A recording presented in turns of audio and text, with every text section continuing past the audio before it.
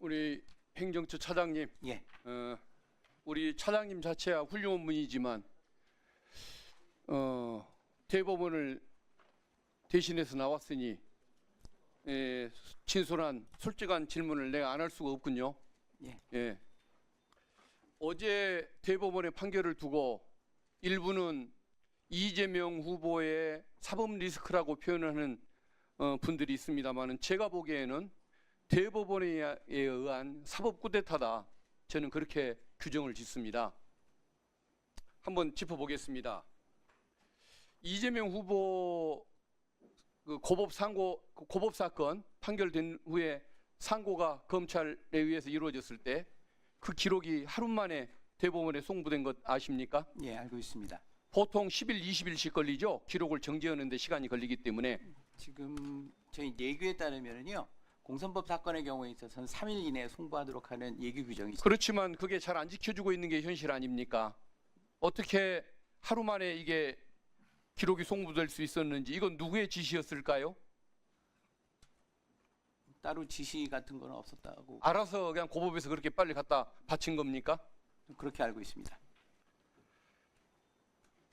사건 기록이 몇 페이지인지 알고 계십니까? 어떤 분들은 6만 페이지라고 하고 어떤 분은 7만 페이지라고 하던데요. 페이지까지는 모르십니까? 공판 기록이 25,000페이지 정도 되고 증거 기록이 어느 정도인지는 정확히 알 수는 없습니다. 그래서 뭐 6만 페이지, 7만 페이지 설이 나오는 것 같습니다. 수사 기록은 더 많을 테니까요. 전합체 회부된 지 9일 만에 판결이 이루어졌지만 실제는 그 4월 24일 날 전합체 그 심리 때 합의가 이루어졌기 때문에 회부된 지 이틀 만에 사실상 결정이 이루어진 것 아닙니까? 과연 전합체 참여하는 대법관 12분이 그 사건 기록을 읽었을까요? 이틀 만에 6, 7만 페이지에 이르는 기록을 읽었다고 대법관님들이 주장한다면 그거야말로 심각한 허위사실 공표 아닙니까? 어떻게 그런 판결이 있을까요? 메꾸라방이라는 표현 아십니까? 우리가 맹판, 눈 감고 판단한다는 의미의 맹판을 일본말로 표현하던 과거에 그 표현 들으신 적 있으셨죠? 그러니까 내용을 읽지도 않고 무턱대고 사건을 대충 처리해버리는 법률가들을 과거에 비판할 때 메꾸라방으로 사건을 처리한다 이런 표현을 썼는데 이번 내용을 보면은 저는 대법원장님이 특정 연구관에게 판결문을 써오게 하고 대법관님들한테 서명 날인을 시킨 사건이라고 저는 그렇게 봅니다. 그 근거가 이틀 만에 그런 결정이 나올 수가 없고 다수 의견을 보니까 판결문이 1심 판결문을 거의 그대로 복사에다가 붙인 복붙이라는 표현이 타당할 것 같은데 그렇게 작성된 걸 보면 저는 이게 그런 대표적인 메꾸라방 사건이 아닌가 그 생각이 듭니다. 어떻게 해서 21세기 대법원에서 그런 일이 일어날 수가 있는 것입니까? 이것은 대법원장님이나 보수 대법관 몇 분이 민주진영의 대선 후보를 상대로 엉터리 설계도를 만들고 그 설계도에 맞춰서 이틀 만에 날림공사를 해버렸던 이런 잘못된 사건이 아닐까 저는 그 생각을 해봅니다. 저 화면 좀 띄워주시겠습니까? 저게 전두환의 요구로 최규하 대통령이 억지 서명을 할 때 정승화 육참총장 잡아들이는 저 재가문서에 서명할 때 오른쪽에 시간까지 기재를 했습니다. 사전 본인이 동의한 문서가 아니라는 것을 분명히 나타내기 위해서. 근데 군부가 저것을 오른쪽에 있는 시간을 지웠는데 원본에 의하면은 새벽 5시 10분에 그 다음날 서명한 걸로 기록이 분명히 돼 있다고 합니다.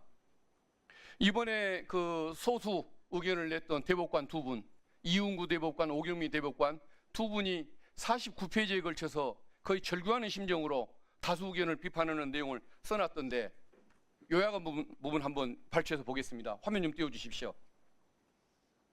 저 보십시오. 유례가 없는 짧은 기간에 국민의 시선 속에 비치는 법원의 공정성, 심리의 충실성에 대해서는 그 신뢰가 어떻게 되겠느냐. 대법관들 상호간의 설득과 숙고의 성숙기간도 거치지 않은 결론. 이것은 외관상 공정성에 대한 시비도 문제지만 결론에 있어서도 국민을 납득시키는 데 실패할 것이다라고 썼습니다. 오죽하면 저런 표현을 썼을까요? 다음 페이지 한번 보여줘 보십시오. 죄형 법정주의나 의심스러울 때에는 피고인에게 유리하게라는 형사법의 기본 원칙도 반했다고 저런 표현을 써놓고 있습니다. 두 분의 대법관이. 다음 페이지 보여주십시오. 저 보십시오. 그동안 대법원이 절제해왔던 그 관행을 어기고 사법의 정치와 정치의 사법화를 추구했다라는 취지로 이제 비판하지 않습니까? 이럴 수가 있는 것입니까? 어떻게 생각하십니까? 저 의견 보시고 우리 차장님. 예, 좀 전에 말씀드린 것처럼 다수 의견과 소수 의견 모두 존중돼야 된다고 생각합니다. 저는 이 사건은 이재명 후보의 사법 리스크가 아니라 대법원의 사법 쿠데타라고 보는 것입니다. 이건 이승만 대통령의 정적, 조봉암 선생을 대법원이 사형 판결을 해서 사법살인을 저지른 이후에 대법원에 의한 최대 대선 개입 사건이라고 저는 이것을 규정짓고 싶은 것입니다. 국민들이 대통령을 뽑는 것이죠. 검사나 판사가 뽑는 건 아니지 않습니까? 그런데 검사나 판사가 대통령을 뽑고자 한다고 한다면 이것은 민주국가의 기본 원리, 국민 주권주의의 원리를 침탈하는 태도 아니겠습니까?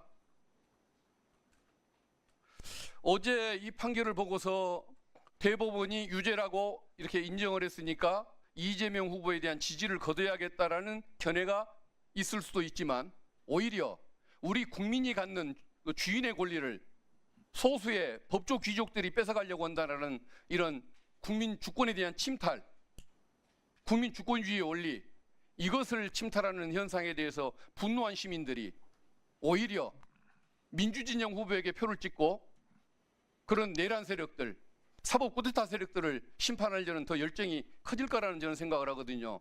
어제 저는 대법원은 중대한 실수를 했다고, 흑역사를 남겼다고 생각을 합니다. 의견 있으면 말씀해 주십시오. 따로 없습니다.